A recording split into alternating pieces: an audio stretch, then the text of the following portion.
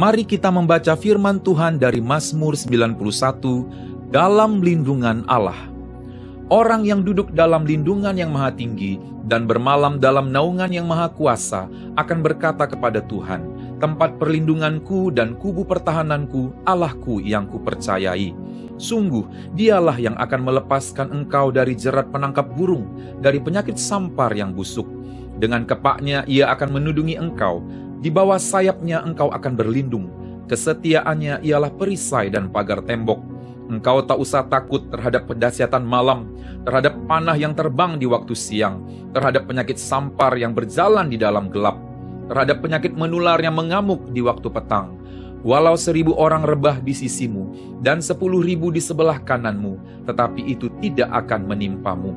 Engkau hanya menontonnya dengan matamu sendiri dan melihat pembalasan terhadap orang-orang fasik.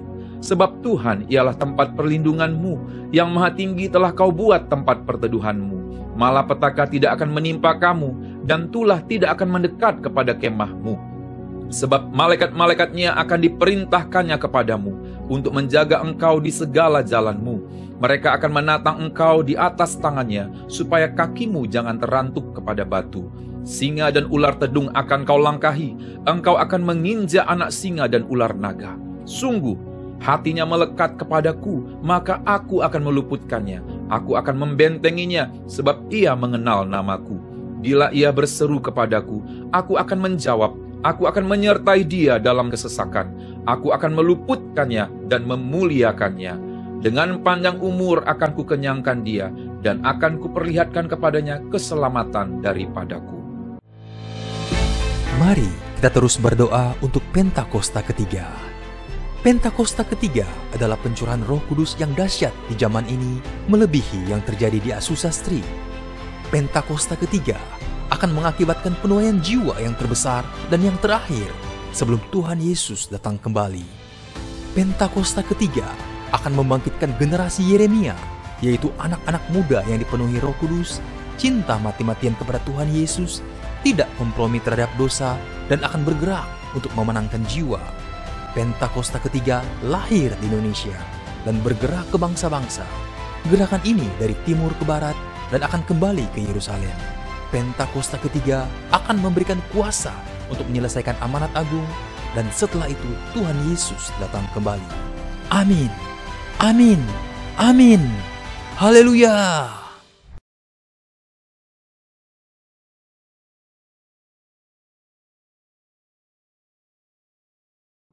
Shalom saudara, saya percaya hari ini kita semua tetap bersuka cita di dalam kebaikan Tuhan. Pesan Tuhan yang menjadi tema di tahun 2021 menegaskan bahwa tahun ini adalah tahun integritas. Hal ini berarti kunci kemenangan di tahun ini terletak dari integritas seorang Kristiani dalam segala aspek kehidupannya. Oleh karena itu, dalam edisi Voice of Pentecost kali ini, saya akan membahas tentang berintegritas di tengah krisis hidup. Saudara, di hari-hari ini, ujian integritas sedang terjadi bagi saudara dan saya. Contohnya, apakah kita tetap baik saat dalam tekanan, akan tetap loyal dalam keadaan kekurangan, atau justru berkompromi dengan dunia saat sakit, gagal, bahkan sampai saat miskin mendadak? Saudara, perlu kita ingat bahwa integritas adalah hasil pembentukan dan tidak otomatis bisa dimiliki seseorang. Pembentukan integritas membutuhkan ujian, proses, dan waktu. Di dalam Mazmur 1 ayat 1 berkata, "Berbahagialah orang yang tidak berjalan menurut nasihat orang fasik, yang tidak berdiri di jalan orang berdosa, dan yang tidak duduk dalam kumpulan pencemooh." Jadi, melalui ujian, seseorang bisa terbukti apakah ia ada di jalan yang benar atau tidak. Lalu, berapakah lama waktu dari proses pembentukan integritas? 30 hari, 3 bulan, atau 1 tahun? Yang pasti proses ini akan berbeda di setiap individunya. Orang yang dibentuk integritasnya memerlukan kekuatan spiritual, kejiwaan, dan fisik. Asupan ini diperlukan di awal proses, di tengah ujian, hingga akhirnya menjadi pemenang untuk berbuah. Untuk melewati proses pembentukan integritas, kita tentu perlu bertumbuh dan berakar di dalam firman Tuhan. Saudara, penting untuk kita memperhatikan akar dari kehidupan kita. Di dalam Mazmur 1 ayat 1, pemazmur menggambarkan hidup seseorang yang benar, yaitu orang yang tidak tergoda untuk berkompromi dengan nilai kefasikan, dosa, bahkan kumpulan pencemooh.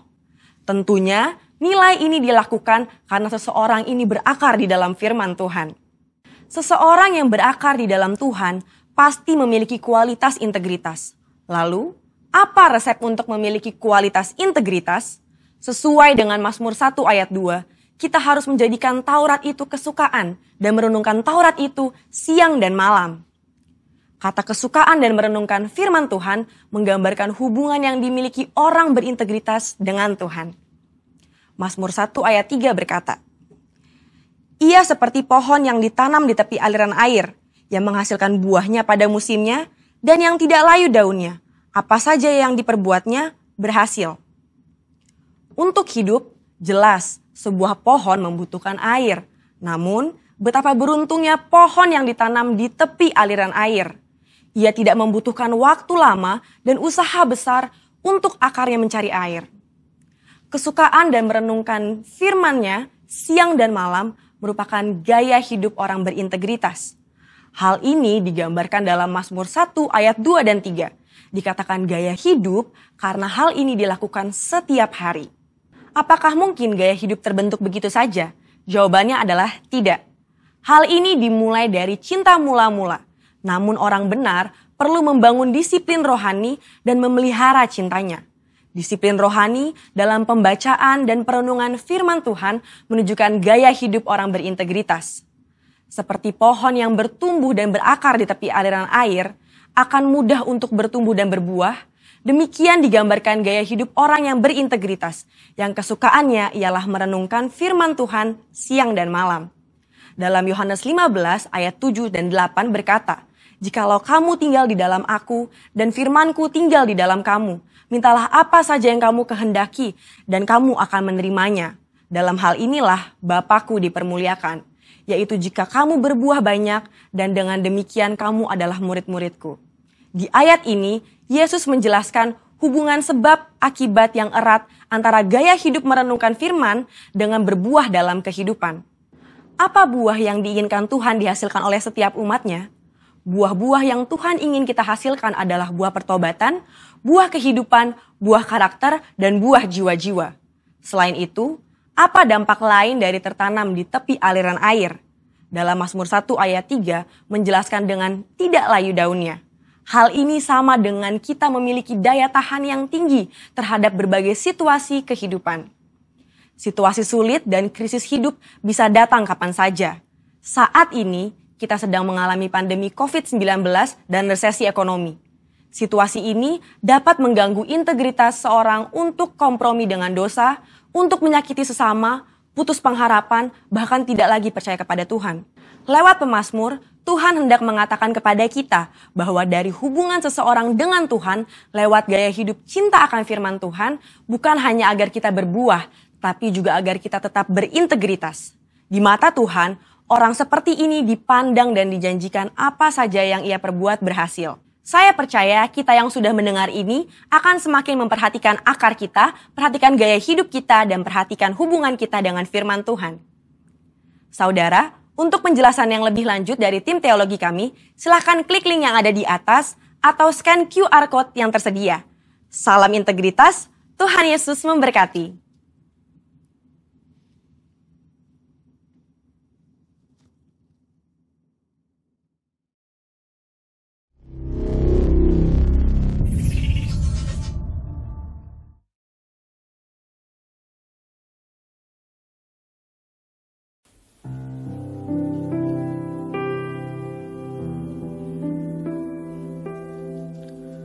Shalom, biarlah hari ini kita memuji dan menyembah Tuhan dengan segenap hati, karena Tuhan Yesus mengasihi setiap kita.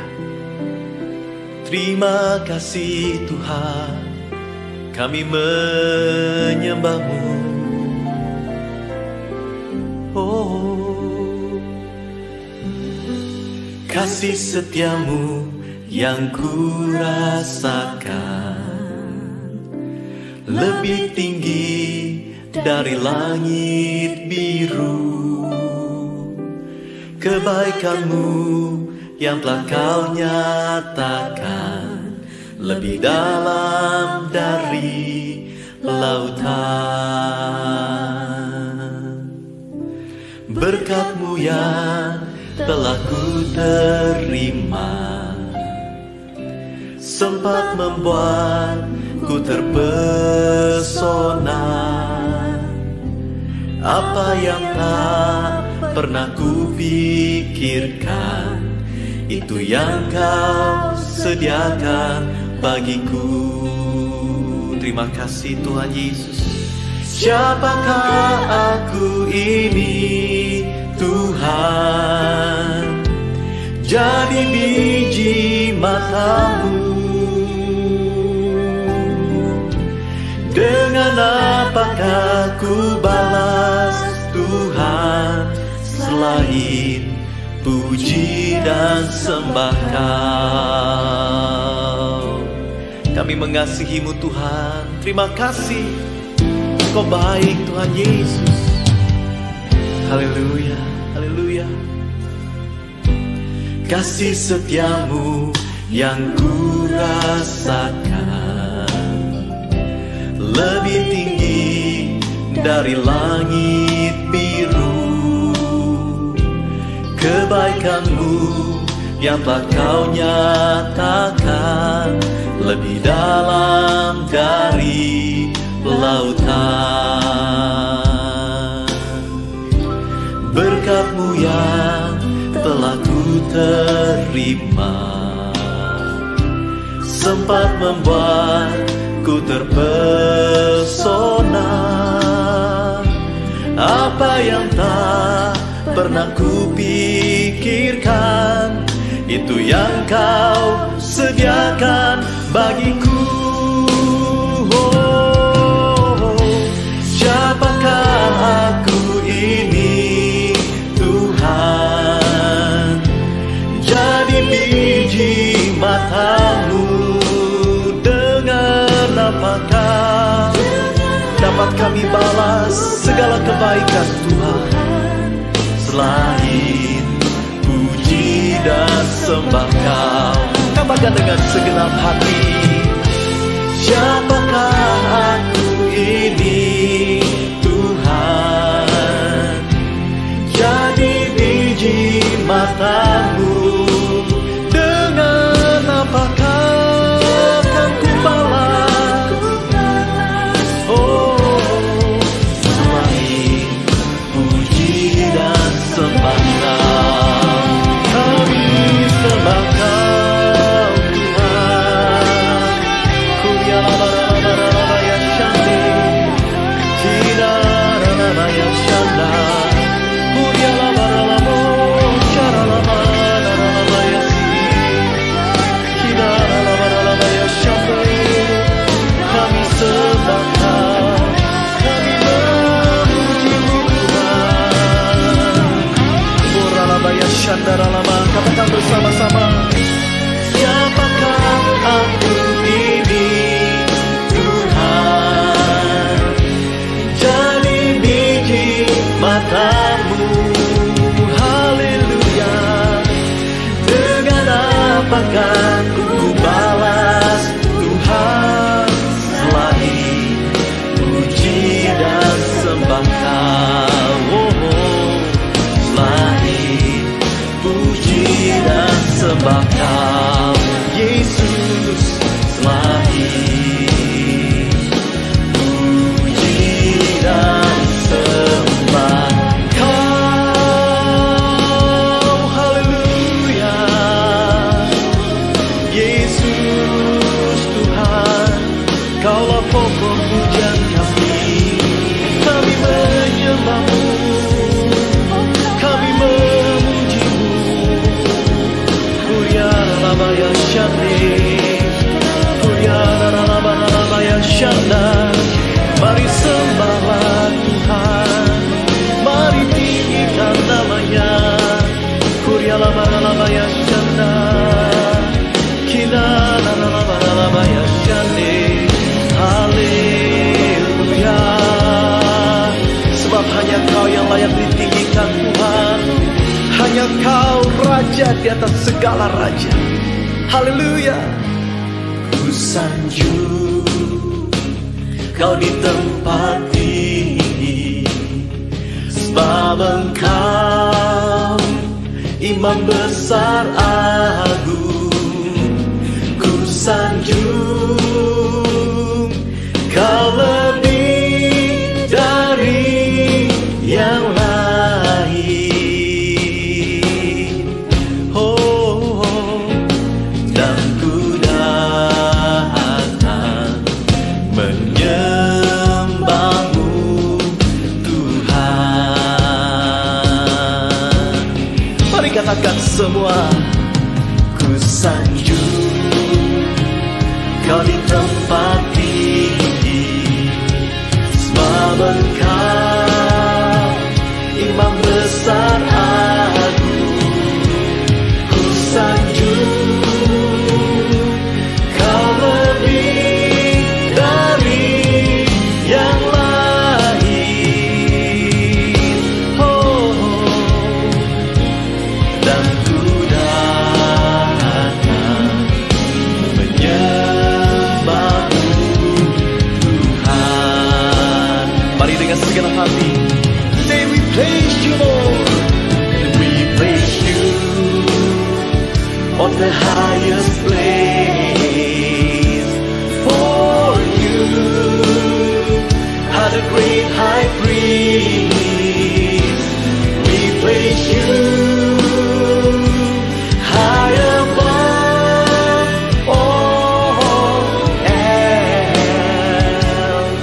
And we come to worship you, and we come to you and worship at your feet.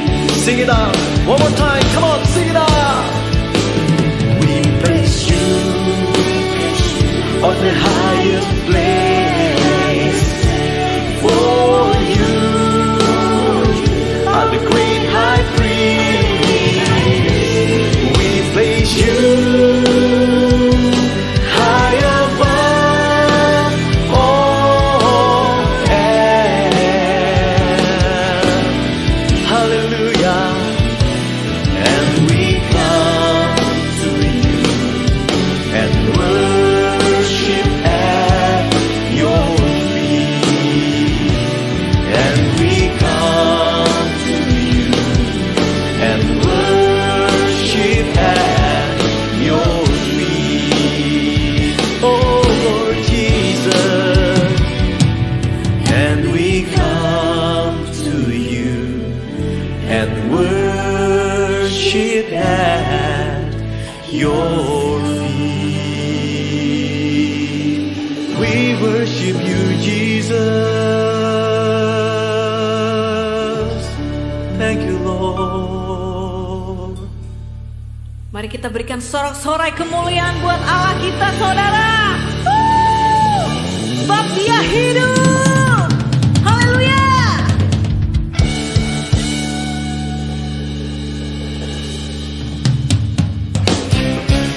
Ku tahu Dia penolongku, darahnya hapus dosaku. Ku yakin,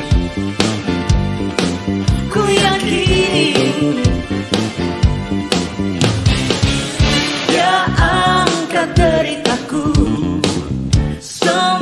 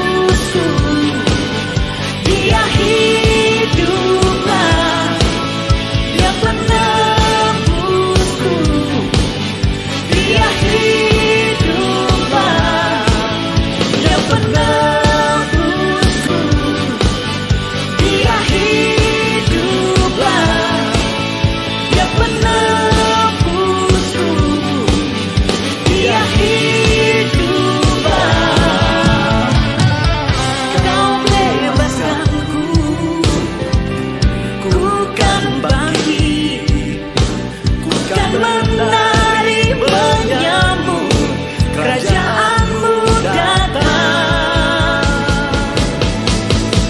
Dia penebusku, dia hidup, dia hiduplah.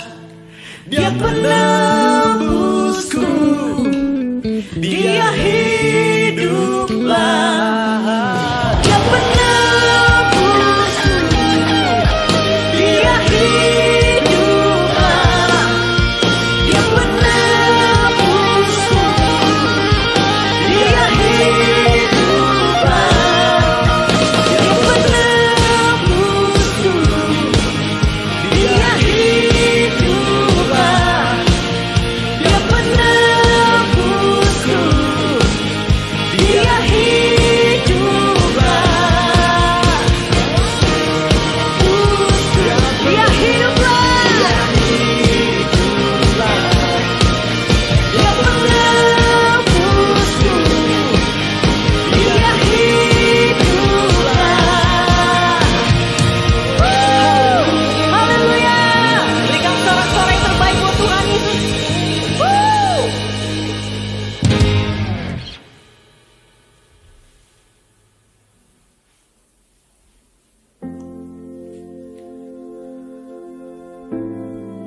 Terima kasih Tuhan.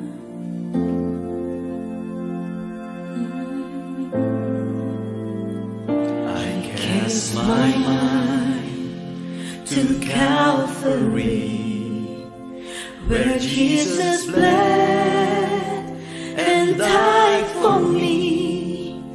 I see his wounds, his hands, his feet, my Savior's on the cursed tree. His body bound and drenched in tears, they laid him down in Joseph's tomb. The entrance sealed by heavy stone, Messiah still and all alone.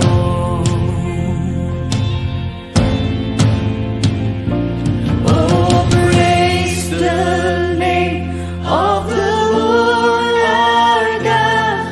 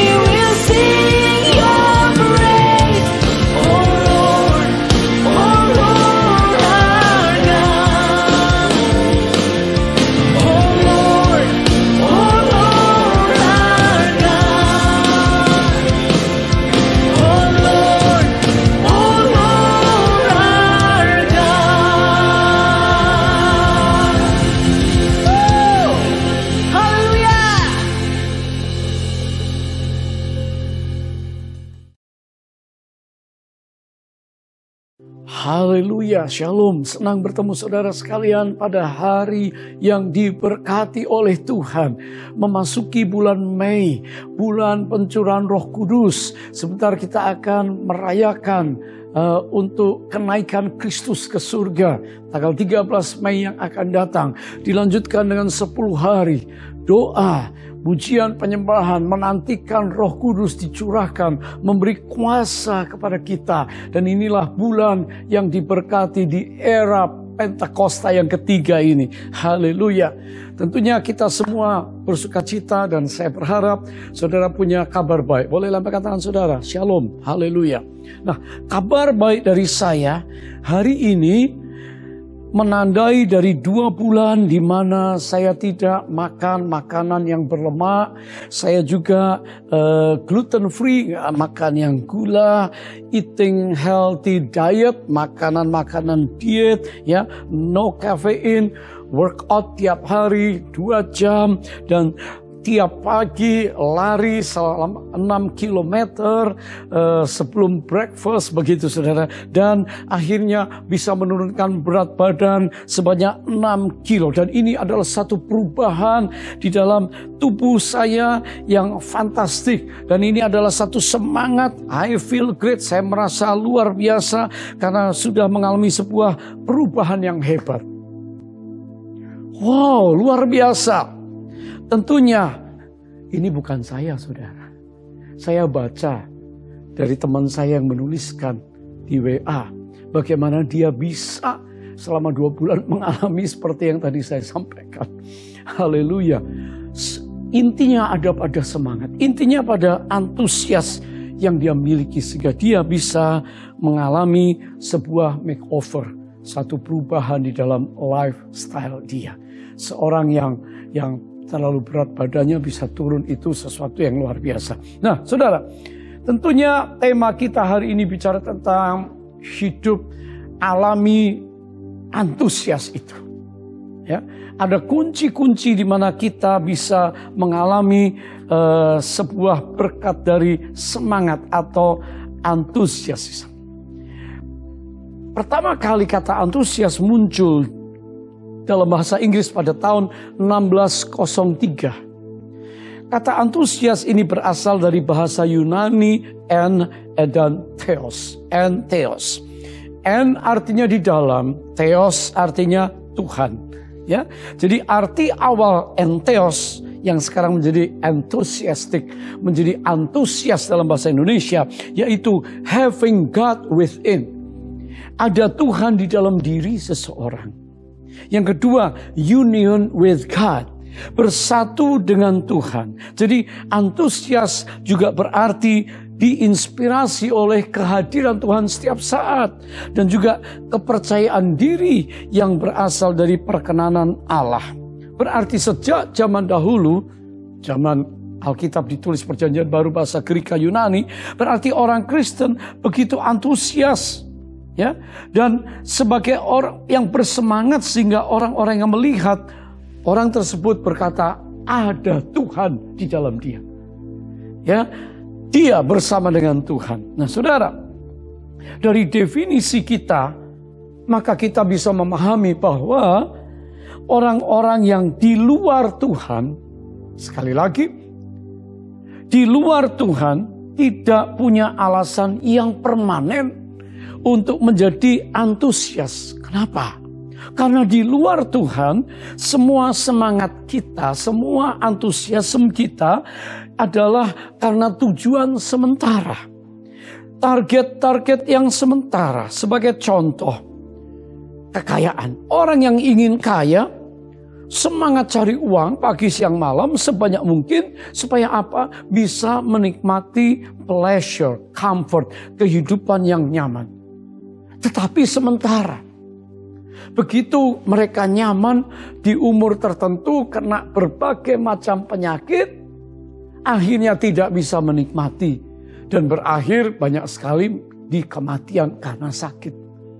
Saudara, orang yang juga cari uang, pengen kaya, ya, temporer, terbentur sesuatu, tiba-tiba mengalami kerugian, tiba-tiba mengalami kehilangan. Di masa-masa sukar tiba-tiba tidak mampu lagi, uang yang dicari bertahun-tahun, pagi siang malam, mengorbankan prioritas yang lain, akhirnya juga tidak bisa dinikmati. Ada orang-orang yang juga mentargetkan prestasi, pencapaian, achievement, menjadi populer, menjadi sumber antusias dari orang-orang tersebut, tapi berakhir dengan kekecewaan. Berapa banyak artis, berapa banyak olahragawan top, berapa banyak orang-orang yang berkecimpung di dunia art, media, entertainment, yang akhirnya juga mengalami satu titik jenuh, dan banyak juga yang berakhir dengan bunuh diri.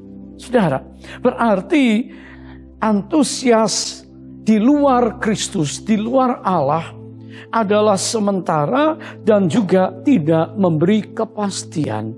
Karena itu bisa datang dan pergi setiap waktu, setiap saat, tanpa bisa dipertahankan. Saudara, sesuatu yang permanen dalam hidup kita inilah yang harus kita kejar. Karena tidak ada batasnya, karena berbicara tentang kekekalan. Nah, di sini pribadi yang tidak bisa hilang dari hidup kita, yang selalu mau ada di dalam kita, adalah pribadi Kristus. Allah yang hidup, ya, karena dia adalah pribadi yang kekal, yang dulu ada, sekarang ada, dan yang akan ada, dan selalu ada, bahkan selama-lamanya. Nah, antusias kita haruslah ditentukan oleh pengharapan yang kita miliki, ya. Dan saudara, hari ini pertanyaan, apa pengharapan-pengharapan yang saudara miliki? Bangunlah pengharapan itu di atas dasar Kristus. Karena kalau kita meletakkan pengharapan kita kepada Tuhan, tidak pernah mengecewakan. Saya buka dengan satu ayat firman Tuhan, Ratapan 3, ayat 22-24. Ratapan 3, 22-24. Tak berkesudahan kasih setia Tuhan, tak habis-habisnya rahmatnya, selalu baru tiap pagi besar kesetiaanmu. Nah, ini perhatikan, ayat 24. Tuhan adalah bagianku. Katakan sama-sama, Tuhan adalah bagianku. He is my portion. Kata jiwaku, oleh sebab itu aku berharap kepadanya. Antusias tadi yang disebutkan sebagai entheos, dia di dalam kita, ya saudara. Maka di sini Tuhan memberikan jaminan kepada kita tentang tak berkesudahan kasih setia Tuhan. Kata kasih setia menggunakan bahasa Ibrani chesed, ya, kasih yang loyal, kasih yang tidak pernah berubah, yang tetap untuk selama-lamanya. Apakah hari ini saudara sudah mengalaminya? Adakah di antara kalian yang belum mengalami kasih Tuhan? Kasih itu kasih yang loyal, yang tidak berubah. Ini adalah kasih dalam konteks covenant atau ikatan perjanjian, covenant love. Saudara, seperti pasangan-pasangan yang baru menikah, yang berjanji setia, wah honeymoon, bahkan sampai tua, pasangan di umur usia pertengahan, pasangan usia senior tua, bahkan tetap sama-sama itu tak berkesudahan. Seperti itulah dikatakan, ya. Tuhan itu setia terhadap perjanjiannya dengan umat pilihannya. Nah, kata rahmat di sini bicara tentang bahasa Ibrani adalah raham. Raham analoginya itu gini, seorang ibu yang dengan janin di dalam kandungannya, dalam rahimnya sangat dekat. Waktu janin ini menjadi anak, ya, di dalam bayi dalam kandungan, maka ibu ini pasti akan menjamin, ya, memelihara anak dalam kandungan itu dengan sangat teliti, sangat baik. Dikasih gizi, dia tentu vitamin, nutrisi, jaga kesehatan. Bahkan ibu-ibu Kristiani mulai berbicara dengan anaknya, mengucapkan kata-kata berkat, menyanyi, ya. Dia disayang suaminya, dua-dua elus-elus perutnya, ucapkan berkat.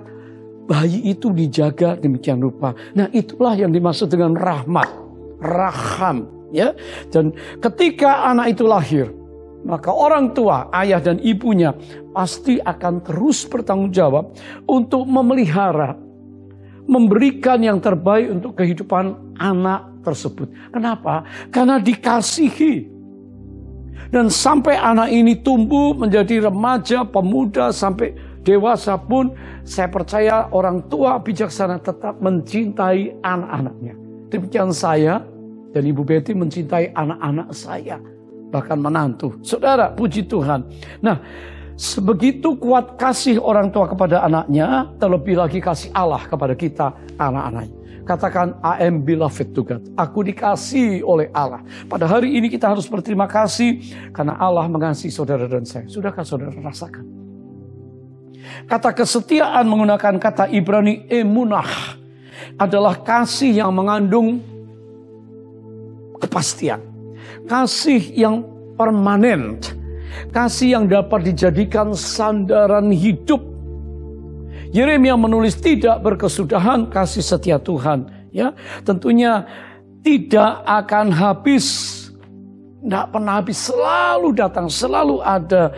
Demikianlah kasih setia Tuhan kepada kita. Sehingga kita berkata setiap hari selalu baru rahmat-Mu. Fresh, segar, tidak sama dengan yang kemarin, tidak basi, kasih Tuhan baru. Apakah hari ini memasuki bulan Mei saudara bisa berkata, Tuhan kasih-Mu minggu ini, kasih-Mu bulan ini, kasih-Mu hari ini baru, fresh untuk saudara. Setiap pagi, bangun pagi, saudara menerima kekuatan, menerima anugerah, menerima pengurapan, menerima favor Tuhan. It seems that every day is a brand new day. Hari yang baru. Dan ayat 24 dituliskan, Tuhan adalah bagianku, kata jiwaku. Oleh sebab itu aku berharap kepadanya. Saudara, waktu Tuhan menjadi bagian dalam kita, antusias and theos, maka disinilah semangat kita bangkit. Disinilah kita semua berkata, terima kasih Tuhan. Ungkapan Tuhan adalah bagianku bisa juga diterjemahkan sebagai Tuhan adalah warisanku.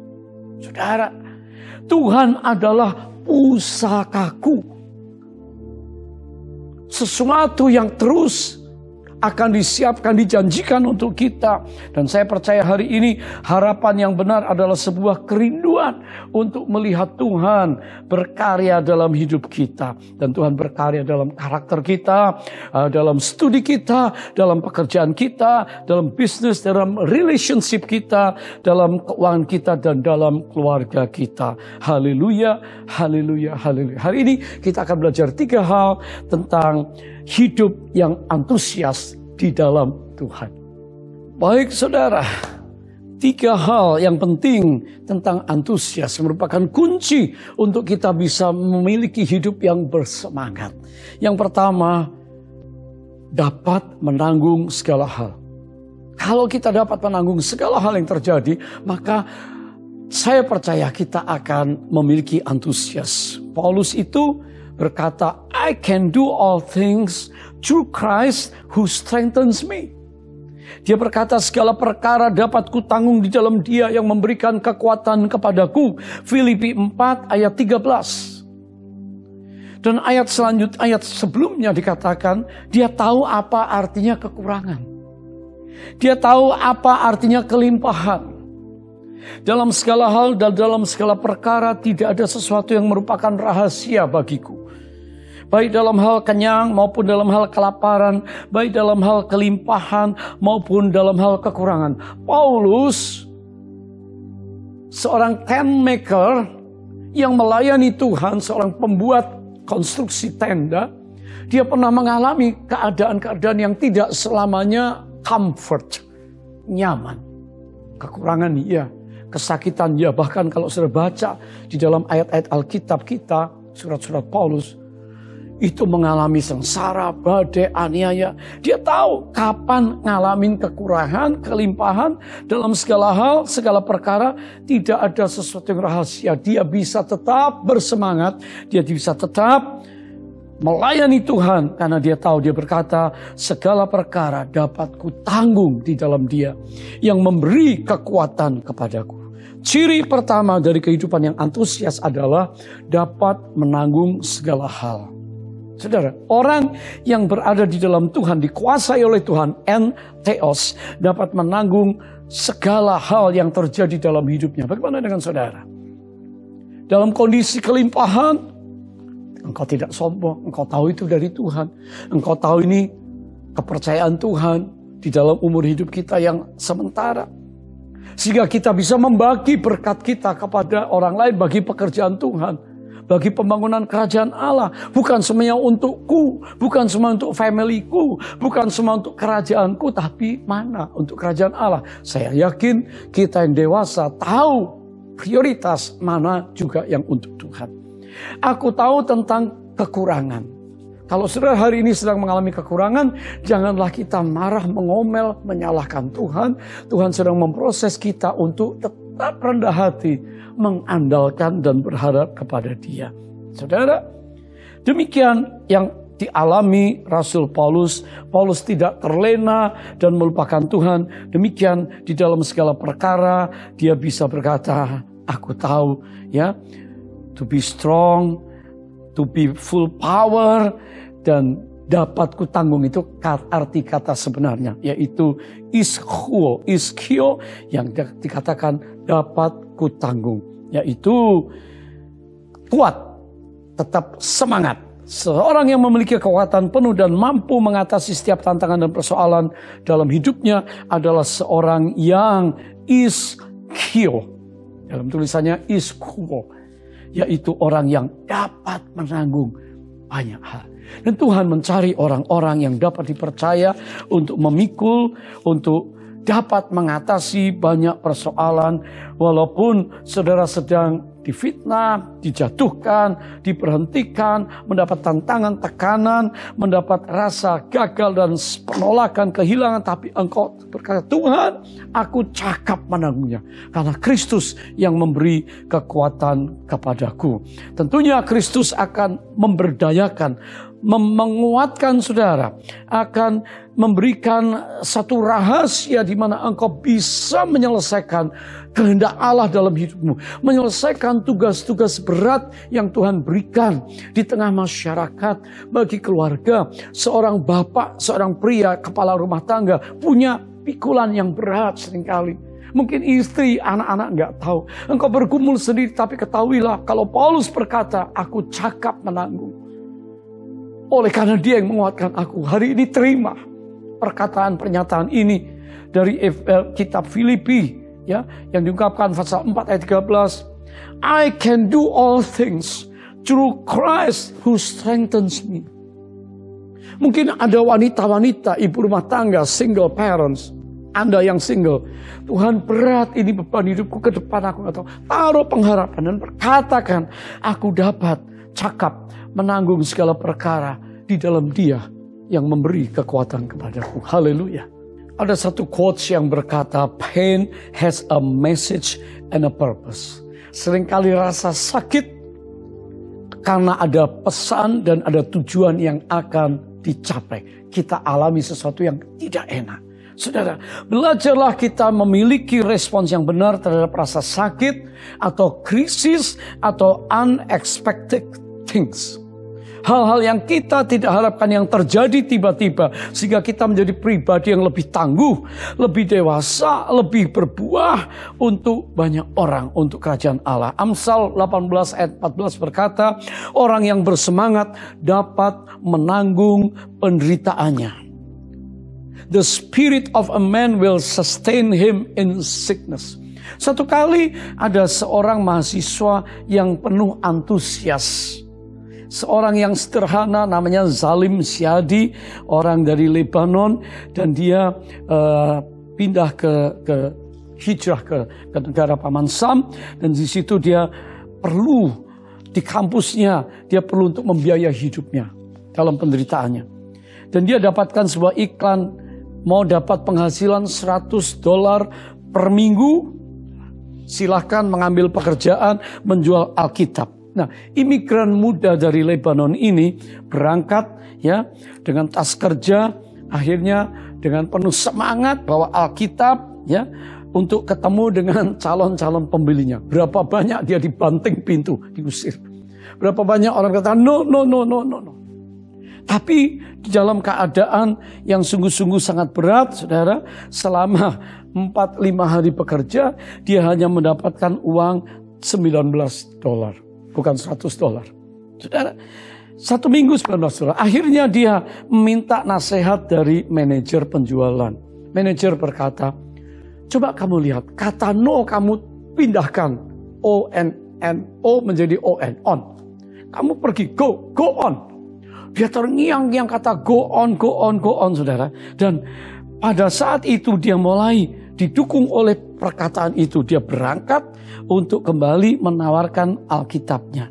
Saudara, setelah 4 dekade kemudian, 40 tahun kemudian, maka dia mengganti namanya dari Salim Syadi menjadi Sam Moore.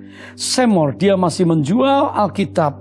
Perusahaan yang dia jalankan, Thomas Nelson adalah penerbit buku Kristen terkemuka ya di negara itu dan menguasai sekitar 30% dari pasar Alkitab yang diperkirakan bernilai 150 juta per tahun, alias 12,5 juta per bulan.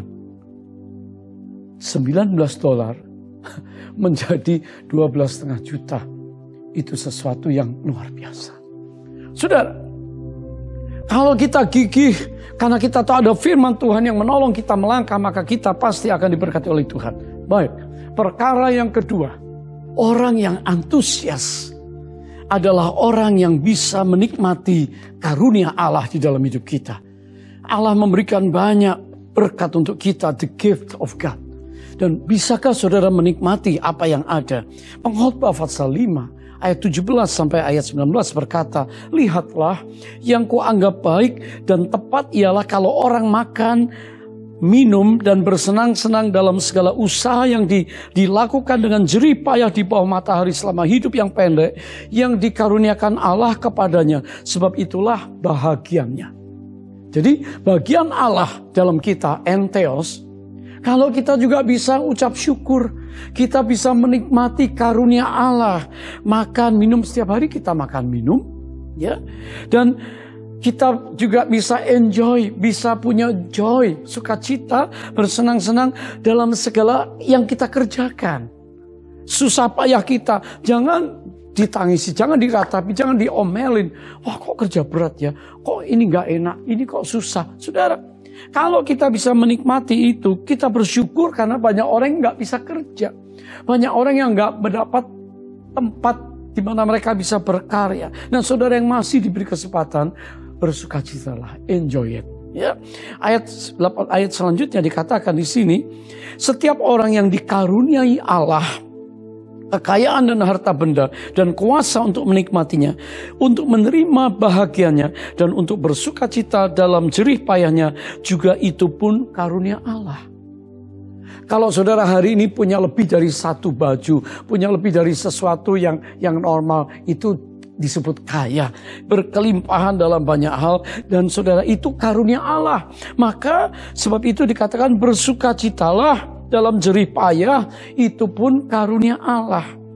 Seringkali kita selalu compete melihat orang lain, kenapa dia punya ini, kenapa dia nikmati itu, kenapa family-nya begitu, kenapa usahanya begitu. Saudara, bisakah kita mengucap syukur? Saya ketemu satu nurse di sebuah klinik di mana saya sering datang, dan dia bersukacita. Saya bilang, wah kamu capek nih hari Senin. Enggak Pak Johan, Pastor Johan, hari Senin saya segar, saya semangat datang. Kenapa? Karena saya akan ketemu banyak pasien, saya akan menolong dokter saya, dan dia bekerja dengan enjoy, sehingga dia tidak merasa beban yang berat. Jadi inilah sukacita, inilah satu semangat. Dan saudara, kalau kita punya passion, saya waktu kecil punya passion menjadi arsitek, ya saudara. Saya banyak menggambar, lama-lama berubah, saya menyanyi, ya saya bikin komposisi, membuat lagu, lama-lama direkam, wah berubah lagi dari passion menjadi sebuah hobi yang luar biasa, lama-lama meningkat, menghasilkan sesuatu. Saya menjadi seorang arsitek waktu itu, tapi Tuhan panggil saya lebih lagi, hidup saya supaya beri dampak, sehingga saya melayani Tuhan menjadi pastor yang apostolik juga, melayani banyak pemimpin, banyak gereja, mensupervisi, ya bertanggung jawab ke atas. teman-teman ke samping, bisa menolong yang di bawah. Dan hari ini saya tahu saya punya passion, saya mendapat provision penyediaan Allah dengan karunia-karunia Allah. Dan akhirnya aku menemukan purpose tujuan hidup saya. Bagaimana dengan saudara? Apakah hari ini saudara mengeluh dengan keadaanmu? Saya seringkali melihat diri saya, orang berkata, aduh kenapa nggak gede ya, kenapa nggak gemuk, terlalu kurus dan sebagainya. Tapi saya bersyukur nggak apa-apa lah. Saya pengen gemuk tapi kan nggak bisa, ya sudah. Nanti mungkin di surga agak gemuk gitu. Haleluya. Saudara, bisakah kita hari ini bisa bersyukur karena karunia Allah yang Tuhan berikan untuk saudara? Jadi jangan saudara membandingkan dirimu, karena engkau diciptakan spesial. Dan Tuhan ingin memakai engkau menjadi dengan purpose tujuan Allah yang belum selesai mungkin. Tuhan ingin menyelesaikan, tapi kamu harus meresponsnya dengan benar. Respons kita terhadap apa yang Tuhan sediakan, karunia Allah, membuat kita semangat. Hal yang ketiga, ciri yang ketiga tentang orang-orang yang punya antusias.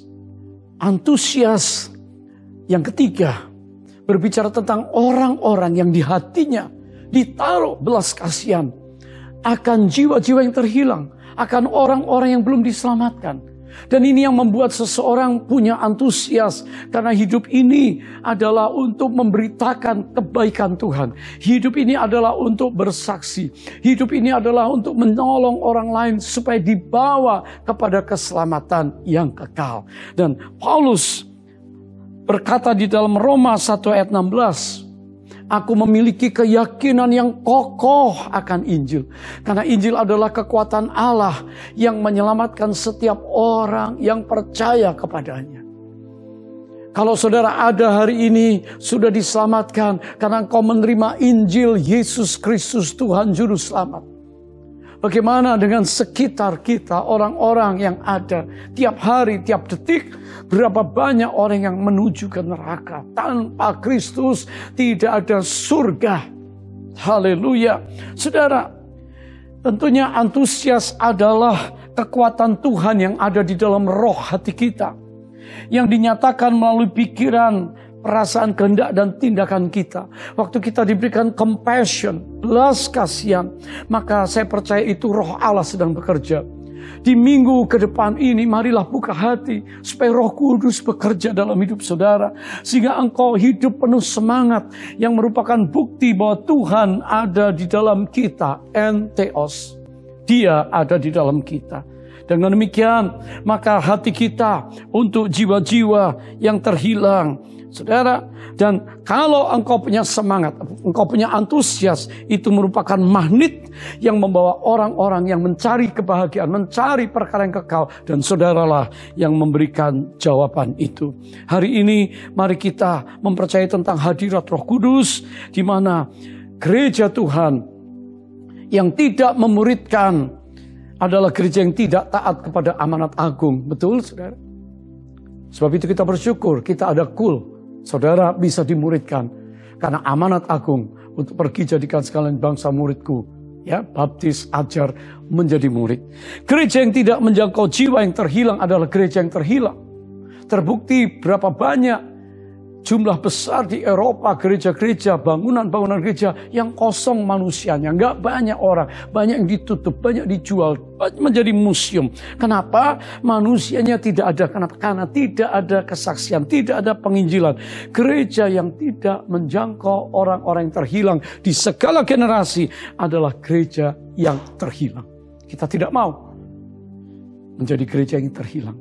Saudara, saya akan menutup dengan satu ilustrasi antusias kita kepada jiwa-jiwa. Seorang yang bernama Albert McMakin, seorang petani, farmer muda usia 24 tahun, menjadi percaya kepada Kristus tahun 1934. Antusias, dia bawa truk ya, dengan anak-anak muda, membawa mereka ke tempat ibadah, mendengar khotbah-khotbah tiap malam. Rupanya ada kebaktian revival, kebangunan rohani. Seperti nanti kita adakan tanggal 14 sampai tanggal 22. Saudara, dia antusias jemput naik di truknya petani muda.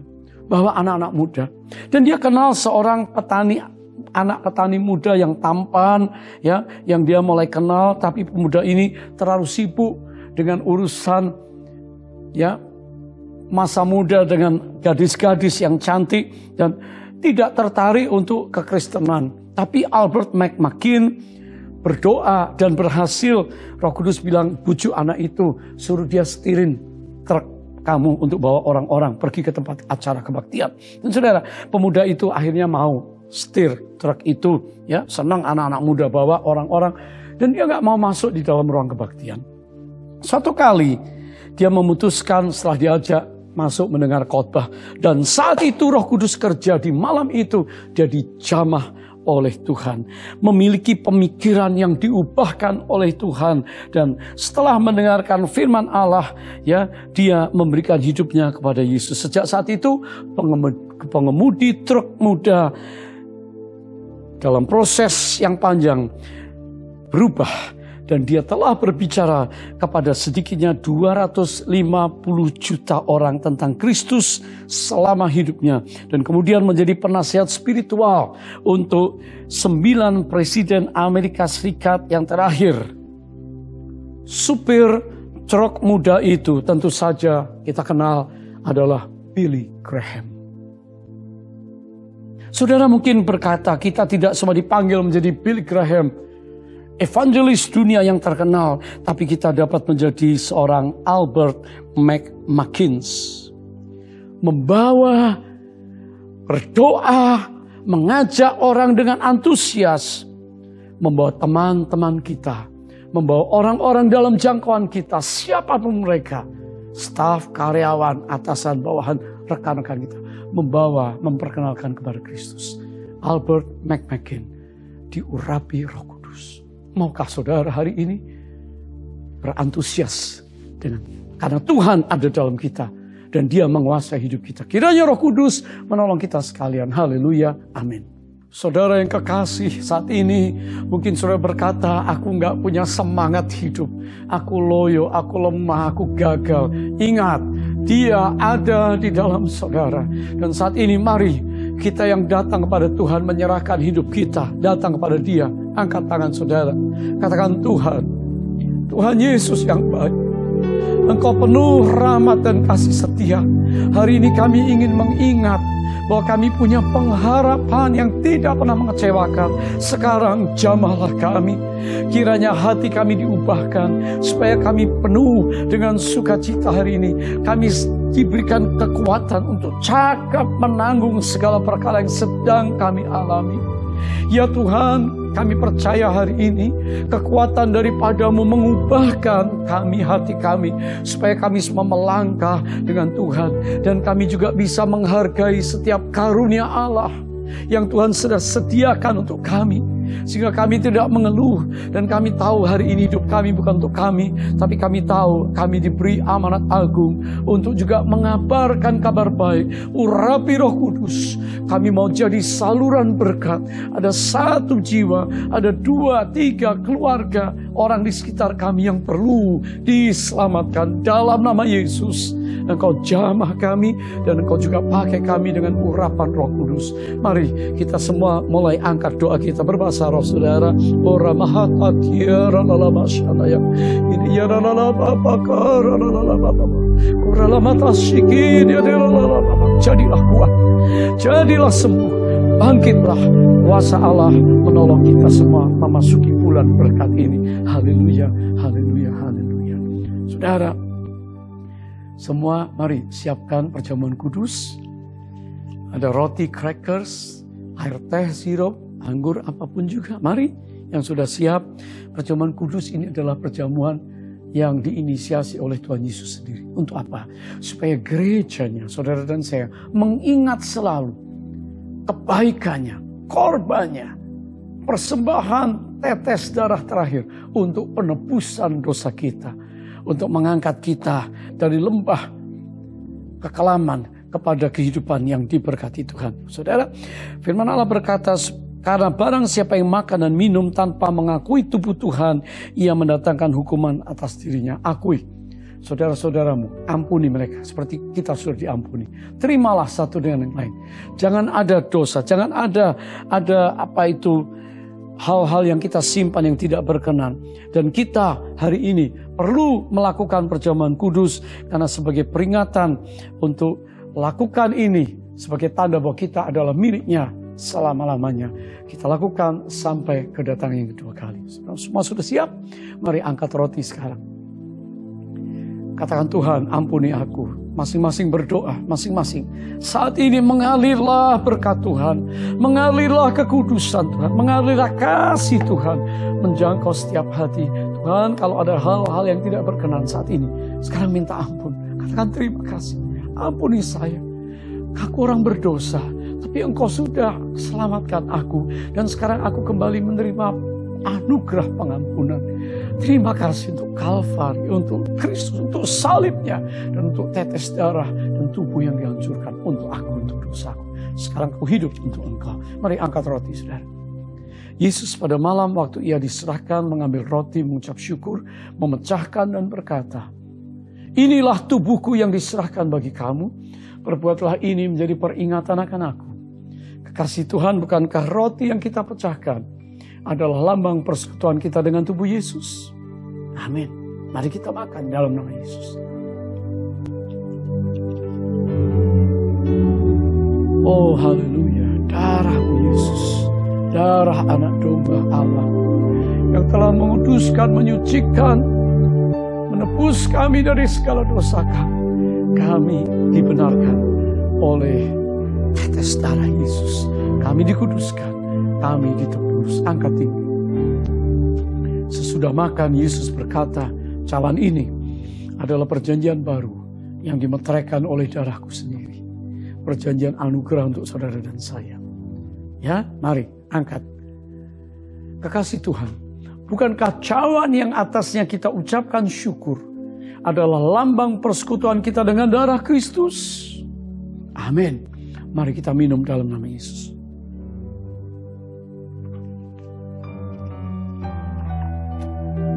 Keluarga single semua, mari angkat tangan saudara. Katakan, oh riyalah bahasya. Terima kasih Tuhan. Terima kasih Yesusku, terima kasih Yesusku. Puji syukur hanya bagi Tuhanku. Terima kasih Yesusku, terima kasih Yesusku. Puji syukur hanya bagi Tuhanku. Puji syukur hanya bagi Tuhanku.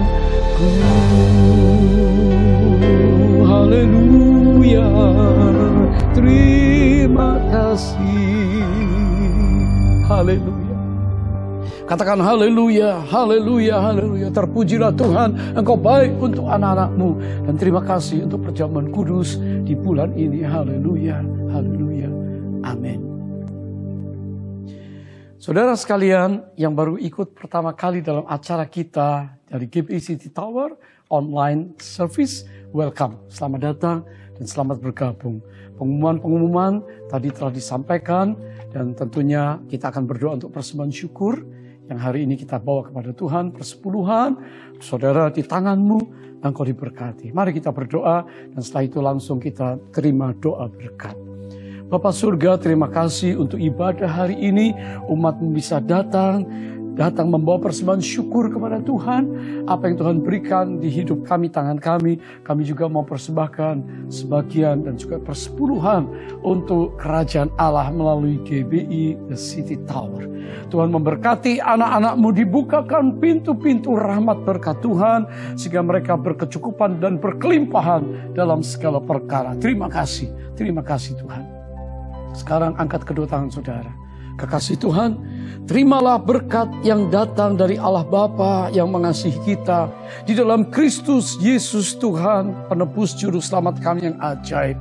dan persekutuan dengan Roh-Nya yang kudus menyertai saudara sekalian mulai hari ini, bahkan sampai Kristus datang mengangkat kita di awan-awan, bahkan sampai selama-lamanya. Semua yang percaya katakan, Maranatha, datanglah ya Tuhan Yesus, kami merindukanmu. Semua kita katakan, amin, amin, dan amin. Tuhan memberkati saudara, shalom.